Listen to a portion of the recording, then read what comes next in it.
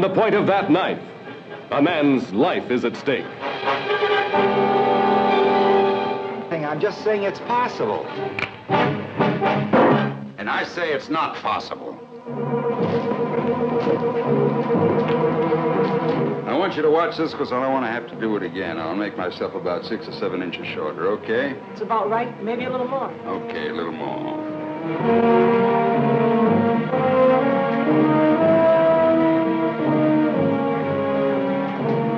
What's on?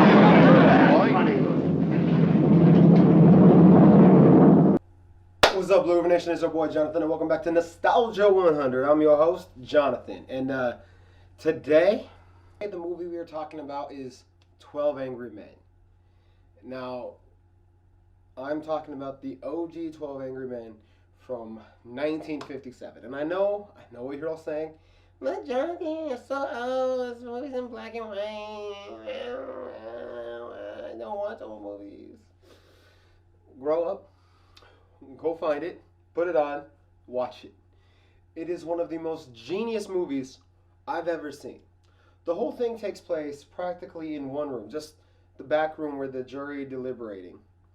It starts, you see the courthouse and stuff like that, and you work your way through the courthouse, and then you see the judge stand up and send the jury away to deliberate, and that's where the movie takes place. And it all takes place in that room, almost real-time-esque. Not quite real-time, but you get that sense to it.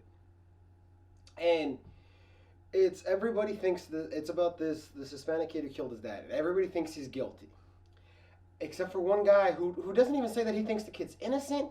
He's just like, well, we don't know. Let's sit here and talk about it. And after we have a conversation and we find that this kid is guilty, I'll vote guilty. But let's have a discussion and not just condemn this dude to prison. And so they start talking about it, and everyone's against him. It's 11 guys yelling at one guy who's really, it should have been called 11 Angry Men and One Unnaturally Calm Man, because he's really chill. But one by one, he starts picking apart the case of the prosecution and convincing everybody that the kid's innocent. And it's so well crafted.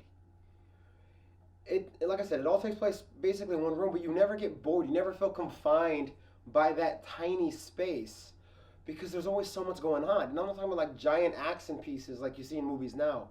It's all character driven. Every character is so well defined, and there's such great character beats. And as the characters talk and grow, you learn more and more about them. So much so that the ending of the movie, the last juror who's the holdout, they set up him coming around way in like the beginning of the movie, and then at the end of the movie when he comes around, they never explain why he came around, but if you watch the movie and pay attention the whole time, you'll put it together yourself. It's a little cute, but they don't, like, I feel like if they remade the movie now, and it was apparently made in I think 97, but I haven't seen it. I really want to. I want to see the remake, see how it stacks up. But if they remade it now, they would have a whole 5-minute conversation about why he changed his mind and paying back to what was set up earlier.